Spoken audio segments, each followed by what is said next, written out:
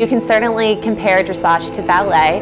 I actually danced growing up and did a little bit of everything, and learning how to isolate the rider's body in dressage and in dance are both very similar. My name is Laura Ashley Killian, and I have been working and training in Florida for the past 6, almost 7 years now. Dressage is considered training, and in French that's exactly what it means. So dressage is really just the fundamentals of riding to develop a horse up the levels and teach them how to move in a free, relaxed, supple, and athletic way, and develop them so that they become more beautiful and poised through their way of carriage, more balanced, more athletic, and teach them to connect with their rider and work as a team in harmony. I'd say that the most challenging part in the beginning is finding your own place and maintaining your own position. If you are in perfect balance underneath your horse and you're very still in your position, very subtle with your cues, then it's easier for the horse to notice when you make a small change and react appropriately to it. So the horse is definitely a limiting factor for some people to continue through the levels of dressage.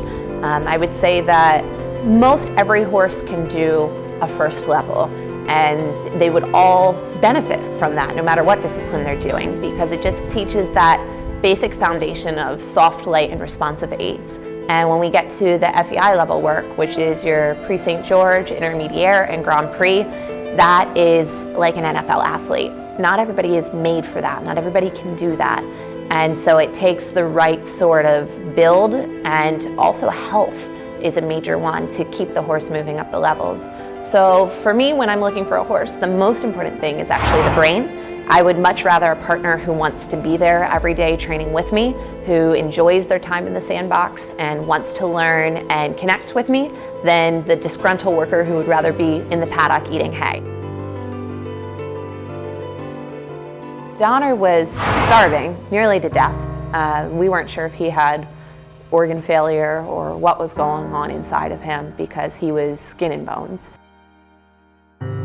He was about 500 or 600 pounds underweight. He was skin and bones. There was nothing to him.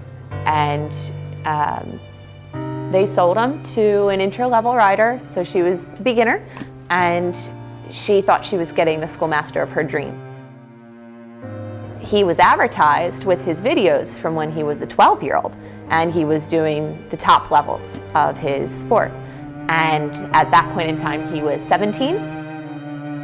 So she realized quickly that she was in over her head. She did her best to put weight on him.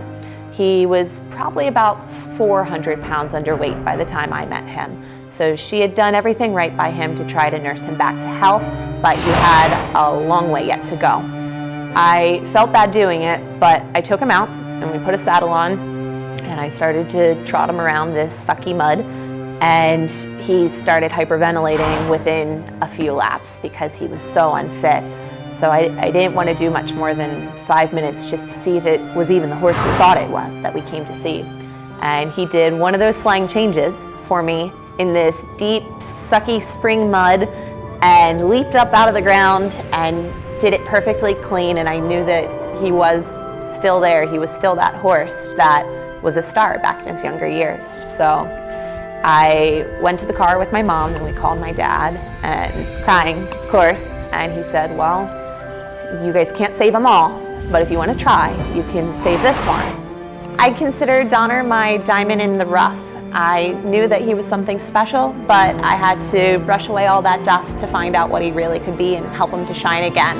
But with horses, you don't always get to learn what you hope to. You get to learn what you're supposed to in that moment. And he taught me a lot of lessons about horsemanship that I'm thankful for, and it made me the rider that I am today.